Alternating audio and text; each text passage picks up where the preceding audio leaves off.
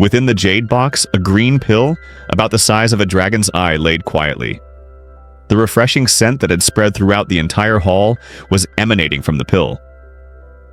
In Du-Chi mainland, to become a doujie, one needs to be able to compress the chi within one's own body to a chi cyclone. But the process of compressing chi to become a chi cyclone has an extremely high failure rate. After failing, one's 9 duan chi would fall back to 8 duan. Some unlucky people need to compress their chi 10 or more times before they are successful in doing so. But by wasting so much time on the compression of chi, one would lose the best time to practice chi and thus destroy their future. Chi gathering power, its use was to allow someone with 9 duan ki to have a 100% success rate when trying to compress one's chi. This effect makes many people red-eyed. After all, anyone that's not a Daozi is treated extremely badly. But chi gathering power isn't something made by nature, rather, it was made by someone, alchemist. In Du-Chi mainland, the sole profession that's more desirable than a Daozi are alchemists. Like the name suggests, alchemists are able to create special pills that raise one's strengths. Every free agent alchemist is sought after by many forces. The reason as to why alchemists have such a high position is because of how rare alchemists are and how strict the requirements to become an alchemist are. First of all, one must be of the fire attribute. And then, within the fire attribute, one must have a tiny sliver of the wood attribute to act as a catalysis in pill refining. In the Du-Chi mainland, a person's attribute is determined by their soul. A soul since birth will only have one, soul attribute, and reject any other attribute. So it's impossible for a person to have 2 attributes. Of course, nothing is impossible. Within 1 million people, there will always be someone who has a mutated soul. Within these people that have mutated souls, some have the potential to become alchemists. However, a person that has the fire and wood attributes is not enough to become an alchemist. That's because one must also have a strong soul perception or soul molding. In the refinement of pills, the 3 most important requirements are the material, the flame, and one's soul perception. The material. They would have to be natural treasures. After all, even the best alchemist can't create a god-tier pill from trash material. Therefore, good base materials are very important for good pills. The flame, or the fire that's required when refining pills. The fire used in refining pills can't be normal flames, but rather, they must be Du-Chi flames created, though Du-Chi with a fire attribute. Of course, there are some extremely strong mutated flames in nature. Some strong alchemists would take these flames and use them to refine pills instead of their own Du-Chi flame. Not only do these mutated flames boost the success rate of the refinement, they also increase the effectiveness of the pills.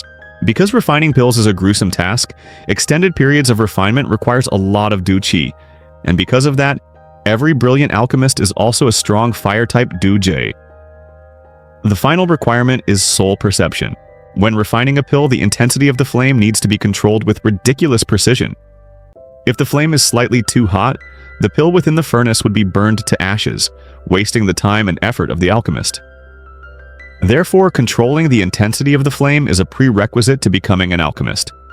But in order to have a control over the flames, one must have an incredible soul perception. Without soul perception, even if one meets or even exceeds the first 2 requirements, it would be pointless to try to refine pills. Under these strict conditions, the ones who have the qualifications to become an alchemist are few and rare. Because there aren't that many alchemists, the magical pills that they refine are also few and sparse. Since rare things are valuable and pills can definitely be defined as rare, alchemists all have a honorable, to an exaggerated extent, position. Within the main hall with the gasps of the 3 elders, the younger generation all stare at the jade box in Gei Ye's hands. Next to her father, Xiao Mei licks her red lips with her soft tongue and stares at the box without blinking. Hey, this was refined by our honorable elder Gu Hei. I think that everyone here has heard of his name, right? Looking at the embarrassing appearance of the 3 elders, Gei Ye started becoming arrogant. This pill was refined by the Pill King Gu He. Hearing Gei Ye's words, the 3 elders once again embarrassed themselves. Pill King Gu He, an extremely influential alchemist within the Jiama Empire. His alchemy is mysterious and unpredictable, causing countless different forces to try to fawn upon him. Not only does Gu He have extraordinary talent in alchemy, his own strength is at the level of a Du Wang, and he's one of the top 10 Daojies in Jiama Empire. Refined by his hands, the chi gathering powder's value is probably exponentially higher than other normal chi gathering power. The three elders smile at the chi gathering powder within the jade box. If the Xiao clan gets this chi gathering powder, then the Xiao clan can probably develop another young Duje.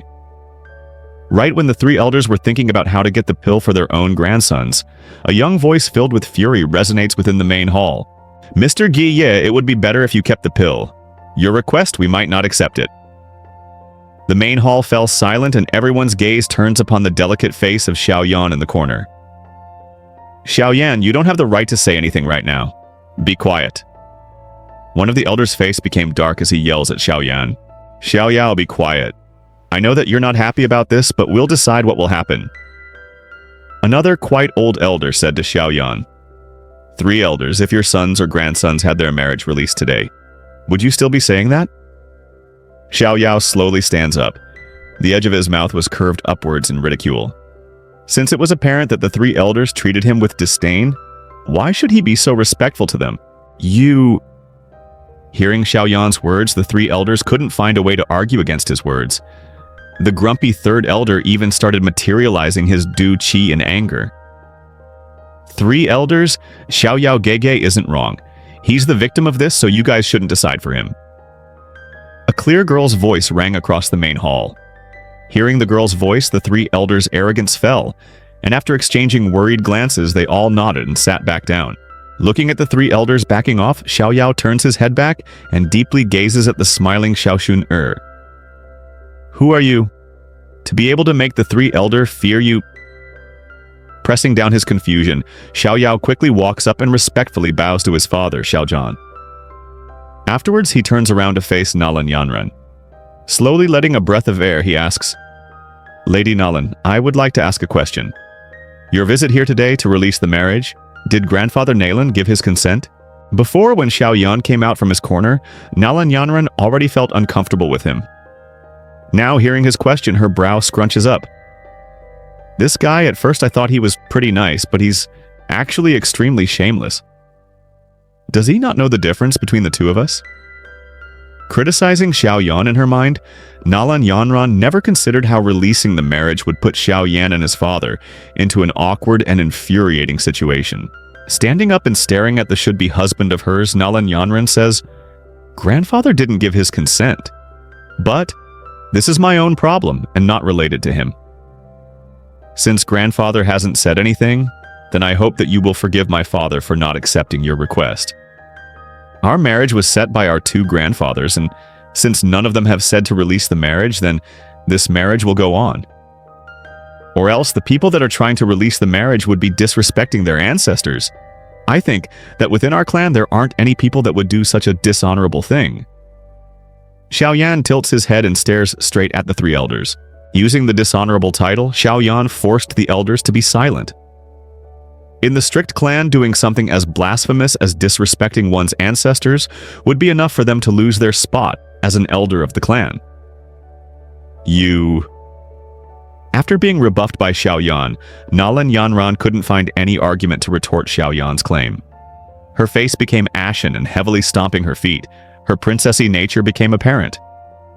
Looking at the young man with disgust, she annoyingly says, Under what conditions will you release the marriage? Were the reparations too little? Alright, I can ask my teacher to give you another 3 chi gathering powder. In addition, if you want to, I can let you join Faction of Misty Clouds and learn profound Du Chi training methods. Is that enough? Hearing the attractive conditions from Nalan Yanran, the 3 elders' breathing started to become heavy. Within the main hall, the younger generation swallowed the saliva. Joining Faction of Misty Clouds? God, that's the dream of countless people. After saying all these conditions, Nalan Yanran raised her snow-white chin, like a princess addressing her servants. She waited for Xiao Yan's response, and knew that these conditions were enough to make any young man crazy. Subscribe for more videos like share and comments. Take care, bye.